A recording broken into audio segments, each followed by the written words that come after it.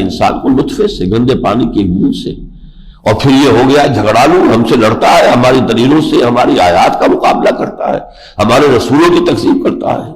وَالْأَنْعَامَ خَلَقَهَا لَكُمْ فِيهَا دِفْءٌ وَمَنَافِعُ وَمِنْهَا تَأْكُلُونَ، پھر ہم نے پیدا کیے ہیں چوپائے تمہارے لیے اس میں بننے کا سامان ہے، ان کی کھالوں سے تم اون بناتے ہو، ان سے بنتے ہو، اپنے لیے لباس بناتے ہو، وہ منافع، اور کتنے ہی اور فائدے ہیں ان کی کھالوں کے ذریعے سے کرتے ہو، ان کا گوشت تم استعمال کرتے ہو، وَمِنْهَا تَأْكُلُونَ، اس میں تم کھاتے بھی ہو، وَلَكُمْ فِيهَا جَمَالٌ حِينَ تُرِيحُونَ وَحِينَ تَسْرَحُونَ، اور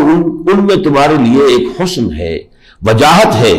جبکہ تم شام کو چرا کر انہیں واپس لا رہے ہوتے ہو، اور جبکہ تم صبح کو لے جاتے ہو انہیں چرنے کے لیے۔ اب یہ جو دیہاتی زندگی ہے اس میں اندازہ ہوتا ہے، جس کے پاس زیادہ مال مویشی ہوتے ہیں، وہ جب اپنے مال مویشی لے کر نکلتا ہے تو خود اس کی گردن بھی اکڑی ہوئی ہوتی ہے، اور دیکھنے والے بھی دیکھتے ہیں اس کے